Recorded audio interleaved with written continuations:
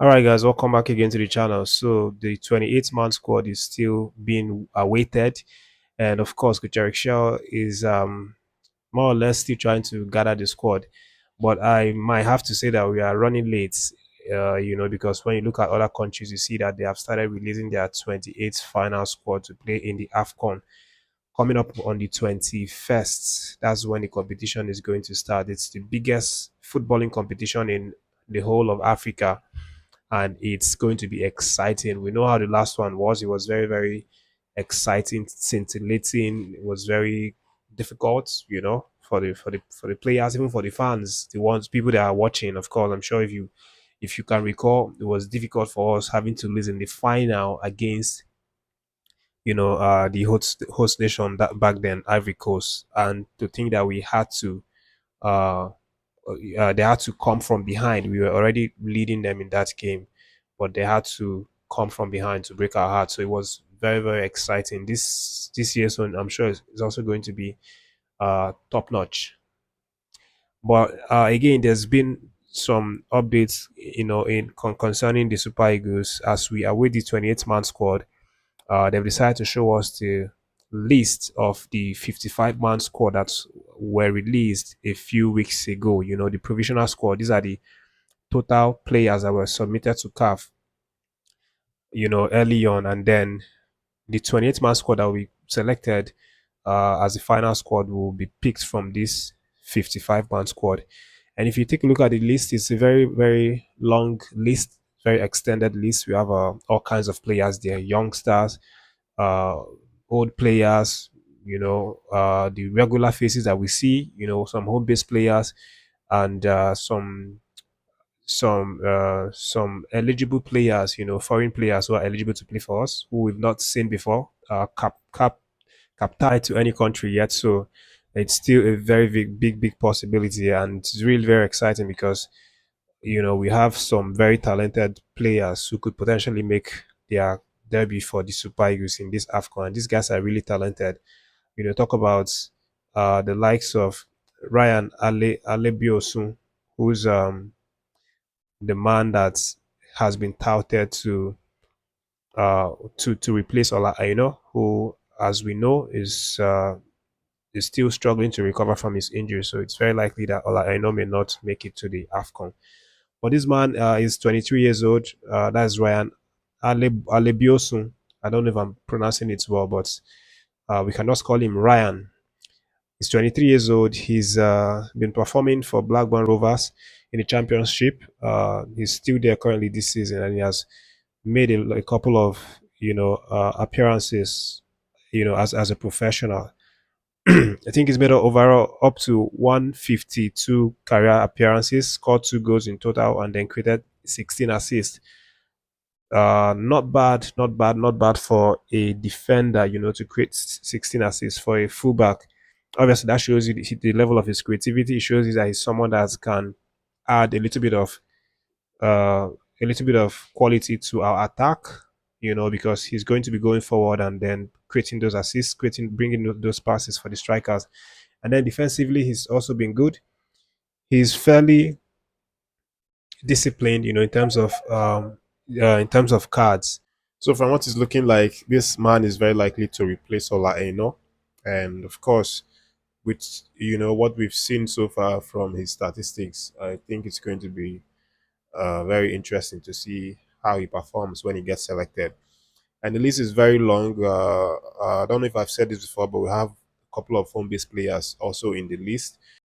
Players like Ebenezer Hakot, who plays for Sporting Lagos, defender Adekunle Adeleke plays for Abia Warriors, Abdulrasheed Shehu, who plays for Niger Tornadoes, and then we have Ekesin Okori for Nasarawa United and Chisom Orji from Warri Wolves. So these guys are all selected from home base, to join the squad. And then aside from Ryan Alebiosun, there's also a couple of international eligible players who are also in this list. And very importantly also is Beniza Akin Samiro, who makes the list as well. This guy has been making provisional lists for quite a while right now. It's going to be very, very interesting to see if he makes the final cut for the Nations Cup. Of course, I know a couple of us want to see him wear the Nigerian shirt and finally make his appearance because of his consistent performance, in the Thailand Serie A. But let's go forward, guys, and talk about other stories concerning what Sunday Olise has come out to see right now. Olise uh came out to uh gave what I would call an advice to the coach, to Coach Eric Shaw, going into the Nations Cup. He said there are certain things that the coach needs to do in order for him to get the best result in this Nations Cup. I said one is the coach needs to be very disciplined, very stubborn, in terms of picking out the squad that he wants. He should not look at faces, or he shouldn't uh, look at who he's friends with or who he's not friends with. He should be very strict and stubborn, and not just with the players, but also the the NFF and all of these top guys who are, as we've heard before, some of them are pushing players for coaches and forcing them to play some players or pick some players and leave out some players. But Olise feels that he needs to be stubborn to all these categories, all these outside voices who might be trying to influence his decision, and just go solely on what he wants to do, in terms of the players he wants to select, and then players that he doesn't want to select, he should leave them out no matter the pressure coming in from all the third parties. He said that's the first thing he needs to do for him to, you know, uh, fully stamp his managerial authority, for him to really play the kind of football that he wants, for him to get the personnel in the kind of personnel that he wants, that he feels that they can prosecute the plans, and the strategy that he has for the team. He also talks about the captaincy for this Nations Cup, and for Olise, he feels that indeed he is well suited and well positioned to be the captain of the team, since he's consistently playing, compared with just Akon, who doesn't get a lot of playing times these days.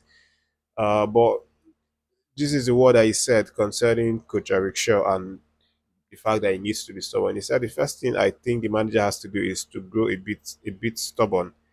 He has to grow stubborn because it is no secret that people from outside will try to influence who plays and who doesn't. I think he has to be firm and stand his ground to show personality. He is responsible for making the team and deciding who is going to play. The team needs leadership, but a kind of leadership that needs respect, not leadership that they fear or they like. At the moment, I don't think anyone doubts the respect the team has for Ndidi, and he's a player who plays every game. I'm not pushing for who will be captain, but I think he will be the captain since he captained the last game. He has to be clear tactically. Rosero was very defensive in the last Nations Cup. There was nothing wrong with us having a more compact game. Against DR Congo, we were too loose, too open, and they ran rings all around us.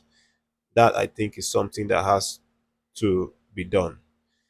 So that's what Sunday Ulysses said, talking about previous coach and the captaincy. Of course, this is his own idea, for Coach Eric Shaw. Do you think this is the ideal approach for Coach Eric Shaw, for his team? Or do you think this is going to cause more trouble than good? Because obviously we know, how he was for Sunday Ulysses when he was the coach of the team. He didn't really have a lot of friends. I think he made more enemies than he had before he took the job because of this same approach. He was very strict. He was very uh, keyed into discipline. He was stubborn. All the things that he said there, I think he was all of these things when he was the coach, and we all know how he worked out. It didn't work well for him, you know, because he then fell out with a lot of senior players, and it just didn't work for him. So this might be something that I don't know with Coach Eric Shaw. I don't know if it's also going to be the same.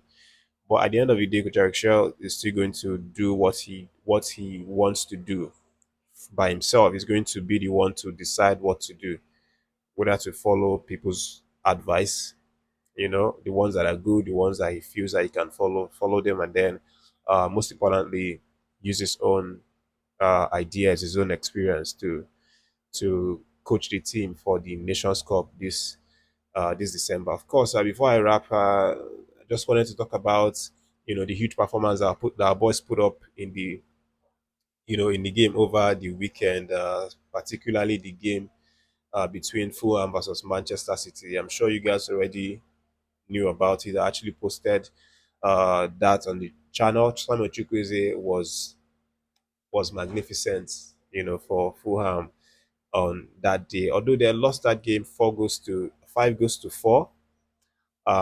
You can imagine they scored 9 goals in a single match. That just shows you how interesting that game was.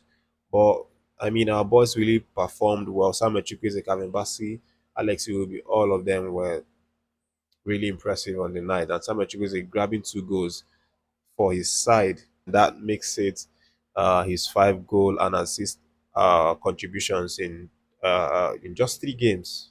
Yeah, I think in just 3 games. And then he will be also grab 1 goal for himself. But it was a shame that after that very superb performances from them, they still lost that game. But I mean, they were getting into the game, they were getting their groove. So I think if they had more time, they would have maybe equalized or probably even go on to win the game because they came from 5-1 and started scoring up to like three goals to end it at 5-4.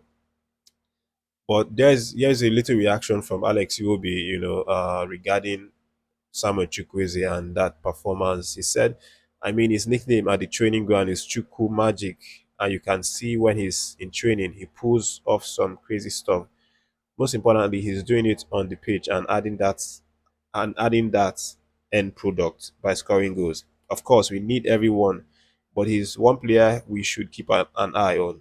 I just like to feed him with the ball because I know he's going to create something, and the fans will take it to him. So as long as he keeps his head down and stays consistent, we'll always back him. That's what he said. And then the manager has some words for Chukwueze. He said, I'm very happy with him. It was a matter of time. We need him in his best level, performance wise, physical, POV. Second half was more difficult, but for the whole team as well. We had a very good impact in the game. I'm very pleased for him. That's basically what he said, concerning Samuel Chukwueze's performance. Of course, we hope to see him perform more at the top level like this. But I mean, when he does so, I hope they end up winning the game because that's the most important thing for the team. We continue to await Coach Eric Shell's 28-man list. Who knows? Maybe today is the day that they're going to release it so we can finally see. Because I mean, obviously, it's long overdue. We started seeing a lot of countries release there, so why not? We need to see our list and then we know the people or the players that he decided to go on with for the Nations Cup.